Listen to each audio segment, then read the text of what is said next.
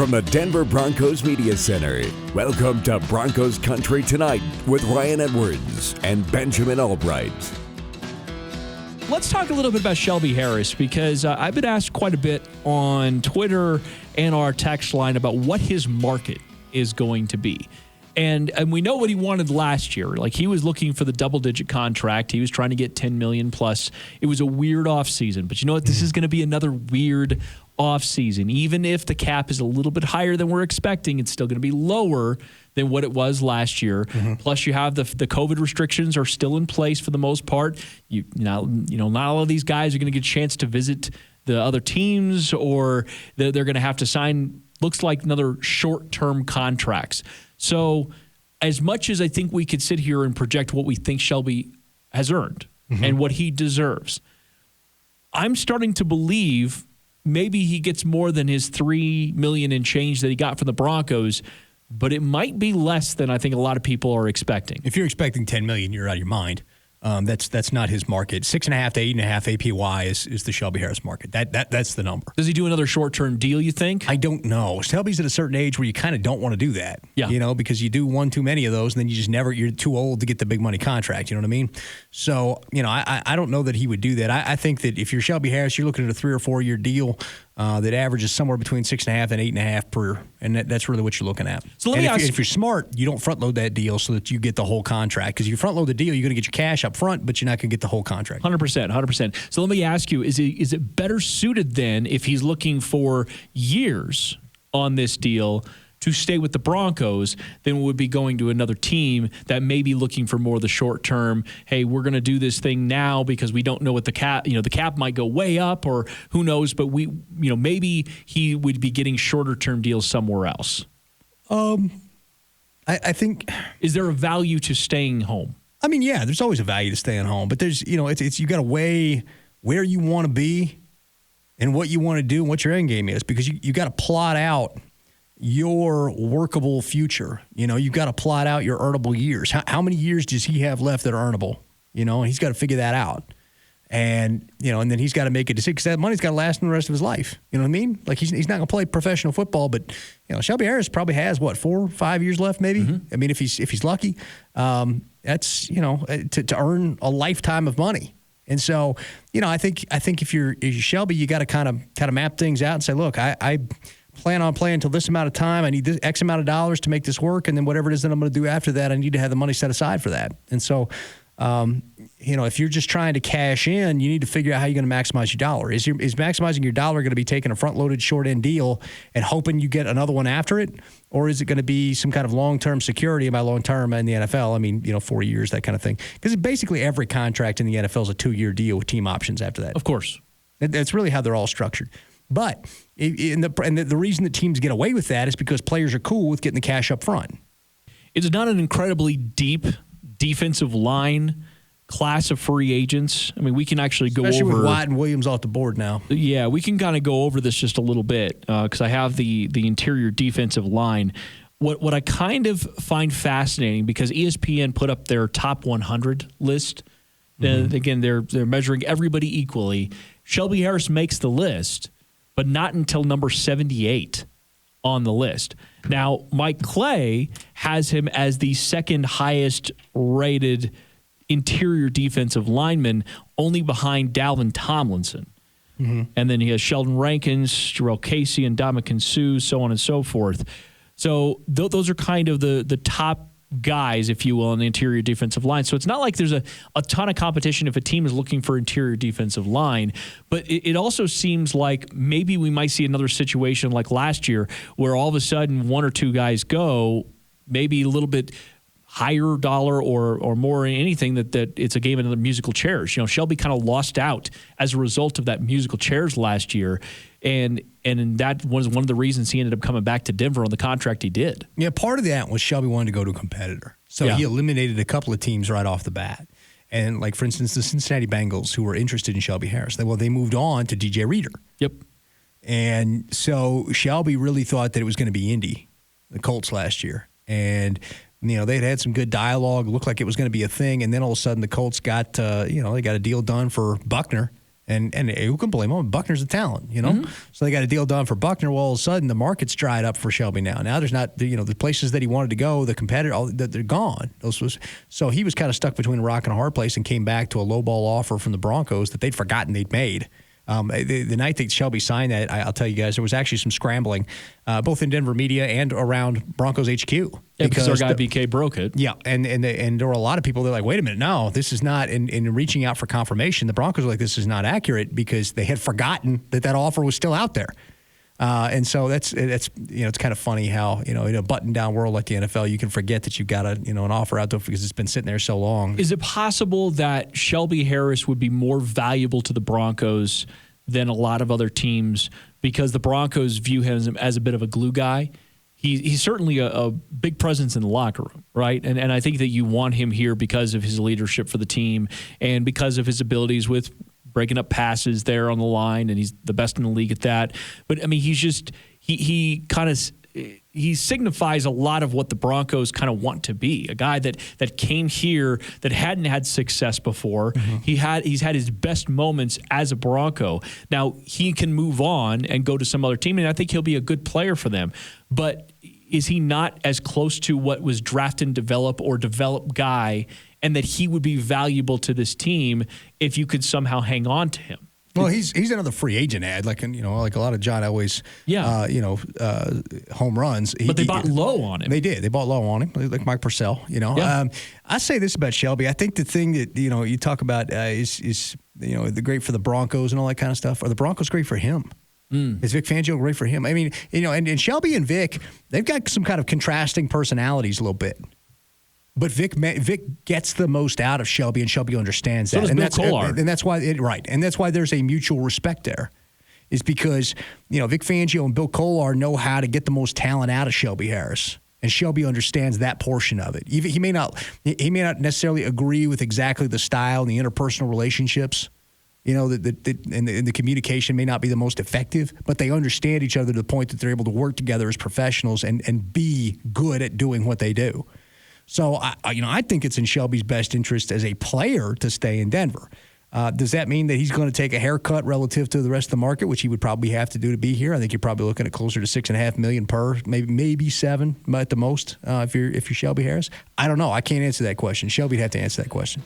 But I'd say that if you're the Denver Broncos, you got to look into that. You got to try to find a way to convince Shelby, hey, look, we're on the cusp of something. You wanted a contender, we're about to be one. Coming up next, Hall of Famer Steve Atwater on the program. We talk cornerbacks next on Broncos Country Tonight.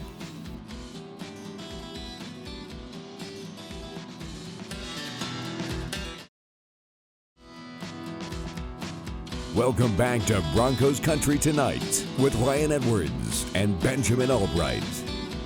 Steve Atwater joining us here on the program. Steve, you've been breaking down cornerbacks. We have a couple more that we want to get to tonight. But I got to ask you, because Greg Newsome had some spectacular numbers today, and he's definitely a guy we want you to take a look at. But when it comes to these cornerbacks, these prospects, do you factor in at all, or can you factor in at all, what will take for them to acclimate the fastest at the pro level? Like when they get there, because the thing is, it seems like this is such a developmental position, and you don't necessarily know how and when these guys are going to fully reach their ability level. So is there any amount of watching them or maybe talking to them that you'd get a sense of, okay, this guy is going to hit the ground running when he becomes a pro? Yeah, I mean, some guys, when you listen to them give interviews and, you hear about some of the things that they do when they're away from football, that could kind of tip you off if it's a guy that really loves football. If he's like, yeah, man, we got done and we went back to the room and we were watching film and broke down some of these other guys and they start naming off other players at the position and, who their competitors are.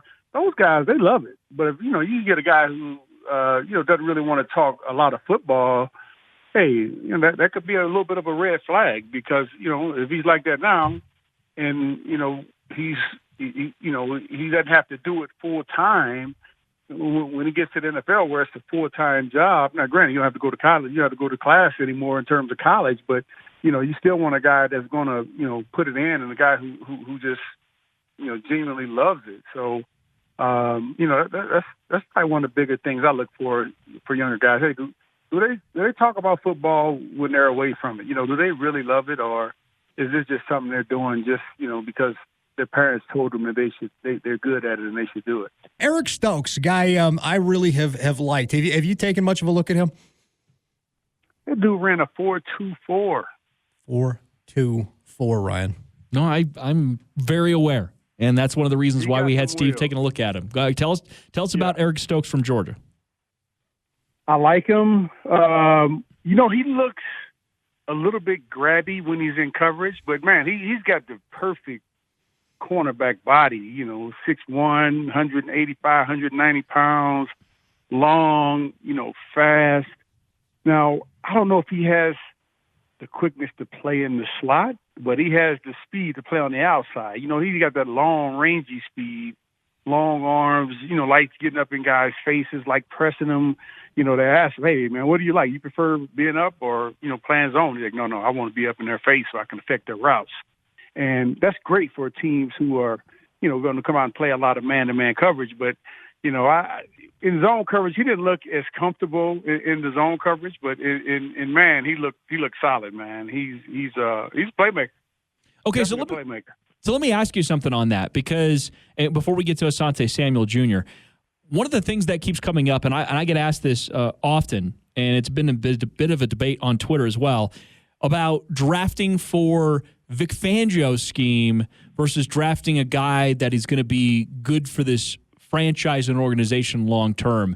And that, I mean, you're not a GM, so I don't necessarily expect you to know the answer for this. But do you, when you're looking at these guys, because you just talked about zone versus press man, when you look at these guys, do you think, okay, well, this guy would be really good, like Michael Ojemudia would be really good in Vic Fangio's scheme, but if we all of a sudden go, hey, we're going to go man up on the outside and we need you to be able to do that, I don't know if that's Michael Ojemudia's strong suit. So how do you balance that? By in addition to having corners that can play zone, is having some guys who can get to the quarterback quickly, so the guys on the outside don't have to cover too long. There you go. That's how you do that. That's a good answer. That, man. Put some pressure on the quarterback. Back in our day, man, I don't know if we had any like superstar guys, that.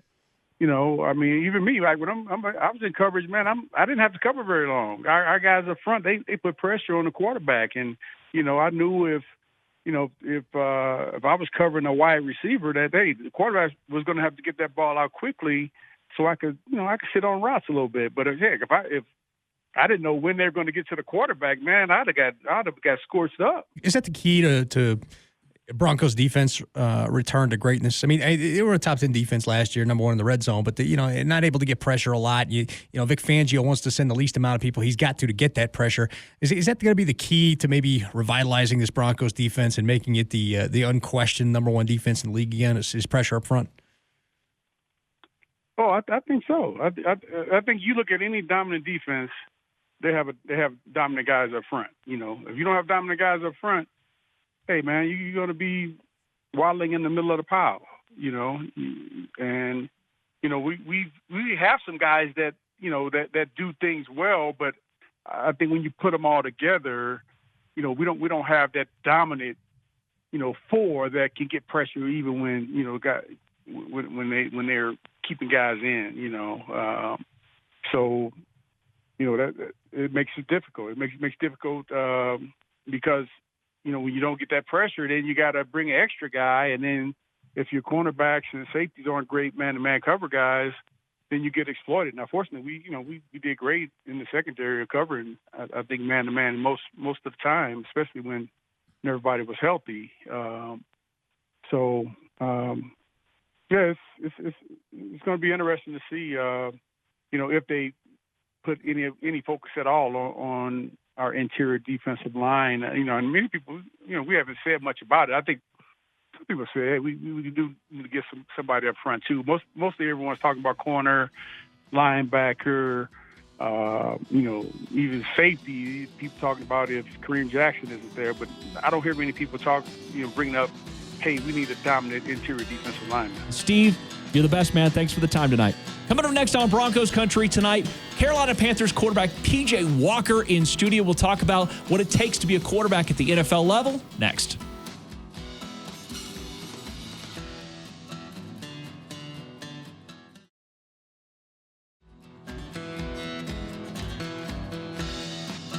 Welcome back to Broncos Country Tonight with Ryan Edwards and Benjamin Allbright. P.J. Walker joining us in studio, Carolina Panthers quarterback. Let's talk for a moment about what you, now that you've been in the league or you've been in football for a while, how have you figured out what you need to accomplish in the offseason? I know you're working with Tim here out in Colorado.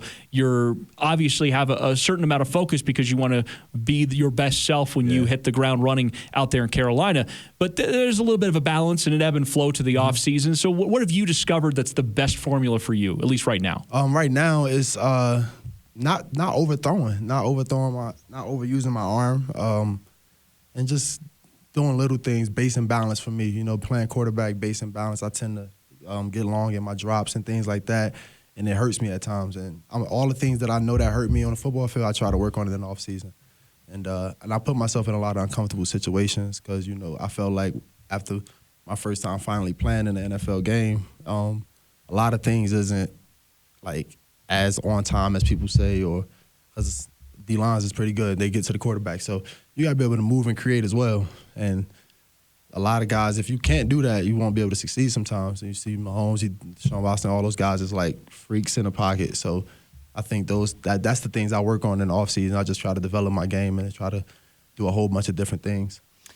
Yeah, you watch, and here locally, we had Drew Lock, who's, kind of his first season as a starter last year. And it looked like he kind of struggled with some things that a lot of young quarterbacks struggle with. And that's, I call it YOLO ball, but it's not taking the stuff that's right in front of you. It's not conditioning yourself. It's still wanting to showcase that arm that you were getting away with it in college. Did you have any of that same issue, like trying to learn to take what's in front of you instead of pressing things?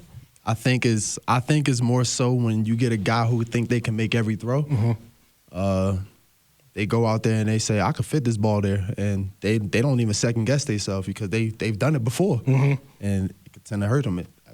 For example, myself, it happened to me all the time. And I'll be like, I should have made that throw. That was not the throw I should have thrown. But you got to have a certain amount of arrogance to play the position. Yeah. So, how do you find that balance? Enough of those bad mistakes will be like, all right, that's it. That's it. Humble you real quick. You don't got too many more to make, man. And, for me, it was more so I don't have a lot of opportunities to continue to just be like, I can make a mistake right here. No. For me, it's more so let's be sharp. Let's be perfect right here, right here, right here, right here. Let's be crisp every day. Let's get better. Show them that you improved from yesterday. Mm-hmm. So that's how I approached every day in practice. Well, it's, and you're talking about the guys who can make every throw, and then the guys like me who can't make any of the throws. So, he's just trying to find that.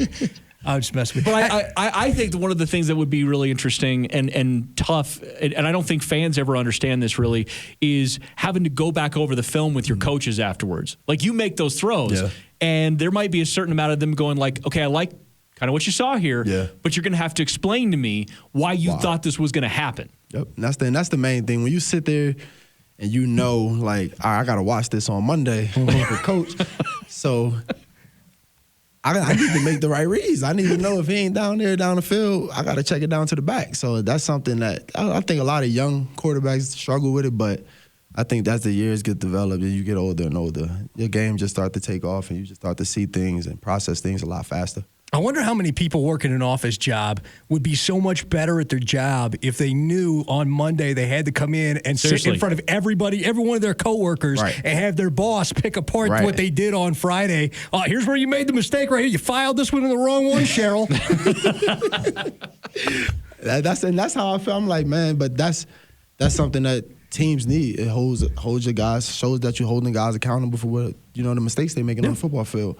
And I think that's something we do well. I think that's something that most teams do well. I think they're just going to sit there. They're not going to let guys get away with stupid things like that. So, how difficult was the no training camp with COVID stuff last year? How difficult was that? It wasn't bad at all. No, it wasn't bad. I just more so think it was a little. It was put together perfect, but we just didn't know what to expect until like that second week. everybody knew what to expect, and things started flowing good. Do you think it was easier for you because you'd been around the league, you've been around the XFL, and then you come back? Do you think it was easier for you than like a rookie trying to come in cold? Yeah, for sure. That rookie year you get in there, man, it's different. It's like you start walking in there, you really don't say much to no one because you still just trying to get the feel for everybody. So the more you can just try to just keep your head down, work, and show everybody you there to work, then everything is start falling in place for you. They get you a messed up haircut? No. They do that hair, though, man. I know they do that hair. Oh, no doubt about it. P.J. Walker with us. We got another segment after this with him. Just a couple more here for you in this segment, though. But that's an interesting point you bring up about coming into a team and trying to find your way to fit in, and especially without the benefit of preseason games, without the benefit of, as you said, a lot of the in-person stuff that you didn't really get to in the offseason. But there's a certain amount, I think, and we said this last year for the Broncos, the guys that know that coach, they know the style of what they're going to try to do, and that probably did help you a little bit, didn't it? Absolutely. Just to know what they expected of the players, as the team as well. I had an idea, and I was able to just fit right in with the guys, and also explain to the guys what Coach Rule wanted, what they wanted as a staff. Thanks for watching Broncos Country Tonight. Tune in to Broncos TV every weeknight at 6:30, right here on KTVD Channel 20.